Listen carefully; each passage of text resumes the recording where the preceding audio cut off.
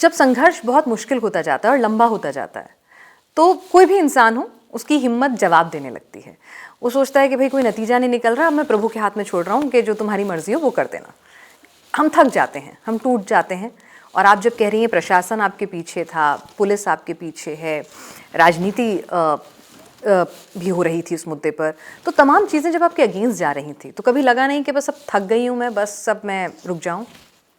नहीं पिनाज, ऐसा कभी नहीं कभी लगा। नहीं। एक बहुत प्यारे से बहुत विरक्त संत थे पूज्य स्वामी वामदेव जी महाराज। जब अपनी अटल बिहारी जी की सरकार बनी, उसके बाद भी जब राम मंदिर का कुछ नहीं हो रहा था, तब उन्होंने कहा था कि संतो भजन करो, कुछ नहीं होना। तो लेकिन हमें लगता था, क्योंकि माननीय अशोक सिंघल जी थे इसका नेतृत्व कर रहे, उनकी पीड़ा, उनकी वेदना पिनाज बहुत बड़ी थी, हिमालय जितनी बड़ी थी, क्योंकि ऐसी कल्पना थी कि ये कार्य जल्दी हो जाएगा। लेकिन मैं वात्सल्य को इसका वो दूंगी पिनाज, क्योंकि जो हमारी अवसाद, दुख, निराशा का समय था ना, फिर मैंने उसे सृजन में लगा दिया। क्योंकि जब आप दुख में होते हो और अगर आपके पास कुछ भी करने को ना हो तो आप गहरे अवसाद में चले जाते हो।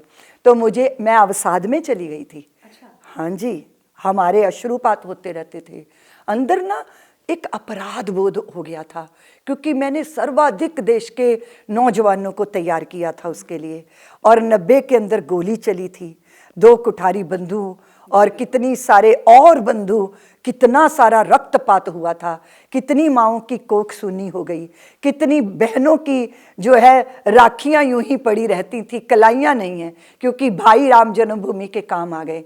तो मन में बहुत अवसाद हो गया था मुझे।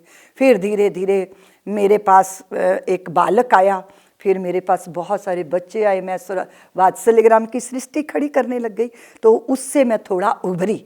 लेकिन ये तो कभी नहीं लगा कि ये नहीं होगा, लेकिन उस प्रतीक्षा को प्रतीक्षा करना, पिनाज आपको पता है शबरी की प्रतीक्षा कैसी थी, है ना, ऐसी ही वो प्रतीक्षा, और भी वेदना देती प्रतीक्षा।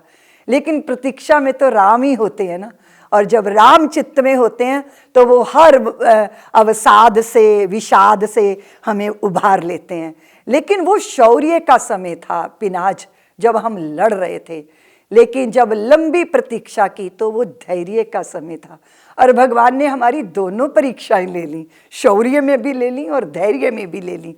और अब हमें प्रतिसाद मिल रहा है, अब हमें प्रसाद मिल रहा है 22 जनवरी के रूप में।